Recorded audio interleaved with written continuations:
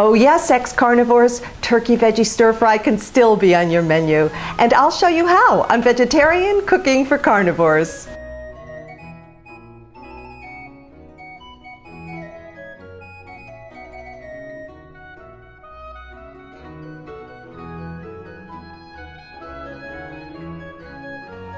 Welcome to Vegetarian Cooking for Carnivores, a meat lover's guide to fabulous vegetarian cooking.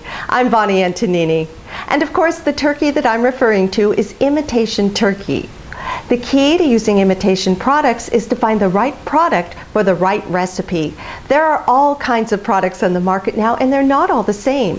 Don't give up if you try one brand of imitation turkey and don't like it. Try other brands until you find one that you do. I'll always share with you the exact product that I use in a recipe, but it's merely a suggestion. If you have another product you'd rather use, by all means substitute. Don't bother writing down the recipe now. I'll have it printed at the end of the video where you can push pause and copy it then. For now, just watch and listen. Stir fries are great because once you wash and prep your ingredients, you're almost there. Cooking only takes minutes. The equipment you'll need for this recipe is pretty simple. Just a wok and a wooden stirrer.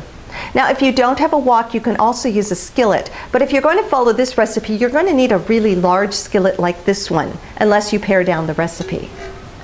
The imitation turkey that I like to use for this recipe is by Worthington. It's called meatless smoked turkey and is kept in the freezer section.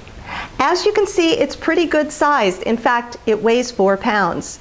Unless I'm cooking for a large army, this is much too much for any one recipe. So what I do is when I bring this home from the store is I let it sit out and thaw just until I can cut it into thirds. Then I package it in freezer bags and store it in my coffin-sized freezer alongside the salesman who rang the bell and woke the kids up from their nap. Now, a word of warning so that you don't get sticker shock when you're in the store is that these are a little pricey. This costs $26, but you have to remember you use the whole thing, unlike real turkey where you pay for and discard the bones, skin, fat, gristle.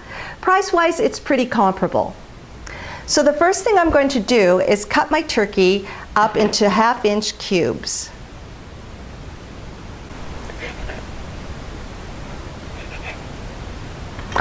Then I put the turkey cubes in a bowl.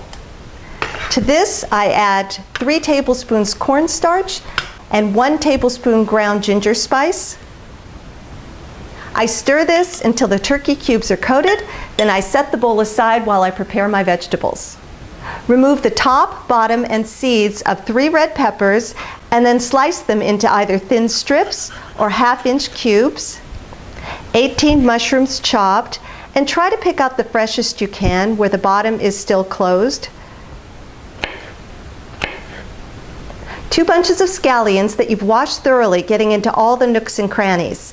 Then cut off and discard the root tip and use about 5 or 6 inches of the scallion, cutting it into 3/4-inch pieces. A handful of Chinese pea pods. Now, I don't usually measure these. Since my kids don't like them, I just grab enough for my husband and myself. You can throw these in as is after you've washed them, but I like to remove the string that often runs down the length of one or both sides.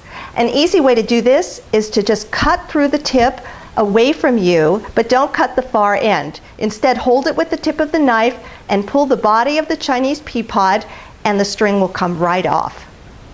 And then turn it around and do the same with the opposite side. Well, that takes care of the vegetables, and now for the sauce. Into a bowl, I put 3 tablespoons of cornstarch. Now I'm going to very slowly add 2 tablespoons of sesame seed oil and 6 tablespoons of soy sauce. I'm going to add it just a couple tablespoons at a time, and then take a spoon, and with the back of the spoon, I'm going to start mixing it in. This will prevent lumps in the cornstarch. I just keep mashing and turning the bowl. Once all that's incorporated, I add just a little bit more of the soy sauce. You'll see that the mixture gets thinner and thinner as it goes. Try not to rush this process because if you do it too fast, you will get lumps.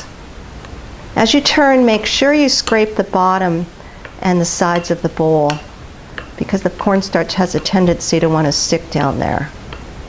Once you feel like all the cornstarch is incorporated, you can go ahead and add all the soy sauce mix. Now we're in the home stretch. The cooking part goes really fast. In the wok, heat 6 tablespoons of oil. I use canola oil, but if you have another preference, that's fine. Once the temperature has reached 375 degrees, I'm going to add my turkey all at once. And be careful of splattering.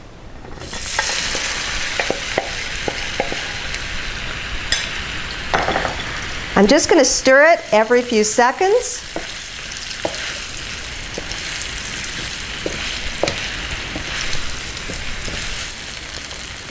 Once the turkey is brown, I'm going to add the veggies all at once.